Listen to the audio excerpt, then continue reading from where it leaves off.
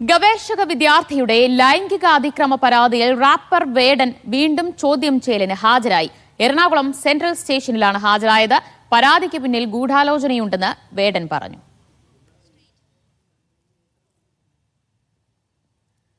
കൂടുതൽ കാര്യങ്ങൾ എനിക്കൊന്നും പറയാൻ പറ്റില്ല. അതിനുള്ള പരാതി ചേട്ടൻ കൊടുത്തിട്ടുണ്ട്.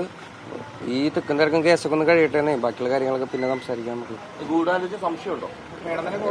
എനിക്കൊരു സംശയമില്ലായിരിക്കില്ല ഗൂഢാലോചനയുടെ കാര്യത്തിൽ.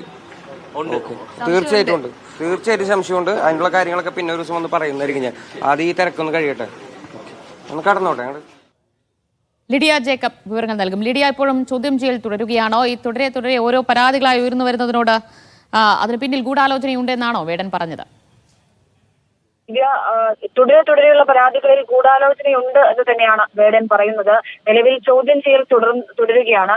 കഴിഞ്ഞ ദിവസം തൃക്കാക്കര സ്റ്റേഷനിൽ രജിസ്റ്റർ ചെയ്ത കേസിൽ വേടൻ 2 ദിവസം വിളിച്ചു വരുത്തി ചോദ്യം ചെയ്തിരുന്നു. അത് ഒരു യുവ ഡോക്ടറുടെ പരാതിയിലായിരുന്നു. ഇത്തരത്തിൽ ആദ്യം രജിസ്റ്റർ ചെയ്ത കേസാണ്. തൃക്കാക്കര സ്റ്റേഷനിൽ രജിസ്റ്റർ ചെയ്ത കേസിലാണ് അന്ന് ചോദ്യം ചെയ്തത്, കഴിഞ്ഞ ദിവസം ചോദ്യം ചെയ്തത്.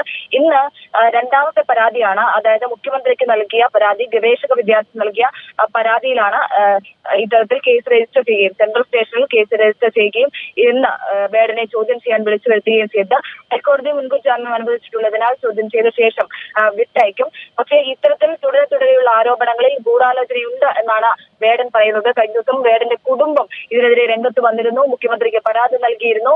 അതായത് ഇതിന് പിന്നിൽ രാഷ്ട്രീയ ഗൂഢാലോചനയുണ്ട് എന്നാണ് കുടുംബം പറഞ്ഞിരുന്നത്. അത്തരത്തിൽ അതേ കാര്യം തന്നെയാണ് വേടൻ ആവർത്തിക്കുന്നത്. പിന്നിൽ ഗൂഢാലോചനയുണ്ടോ എന്ന് ചോദിച്ചപ്പോൾ അതിൽ യാതൊരുവിധ സംശയവുമില്ല, കൃത്യമായിട്ടുള്ള ഗൂഢാലോചനയുണ്ട് എന്ന് തന്നെയാണ് വേടൻ പറയുന്നത്. പക്ഷേ നിലവിൽ അത് കോടതിയുടെ പരിഗണനയിലിരിക്കുന്ന കേസായതിനാൽ, അത് അന്വേഷണം നടക്കുന്ന കേസായതിനാൽ തനിക്ക് പ്രതികരിക്കുന്നതിന് പരിമിതിയുണ്ട് എന്നാണ് വേടൻ പറയുന്നത്. അതുകൊണ്ട് അധികമൊന്നും സംസാരിച്ചിട്ടില്ല. ഗൂഢാലോചനയുണ്ട്, അതിൽ സംശയമുണ്ട് എന്നുള്ള തരത്തിൽ മാത്രമാണ് വേടൻ ഇപ്പോൾ പ്രതികരിച്ചിരിക്കുന്നത്.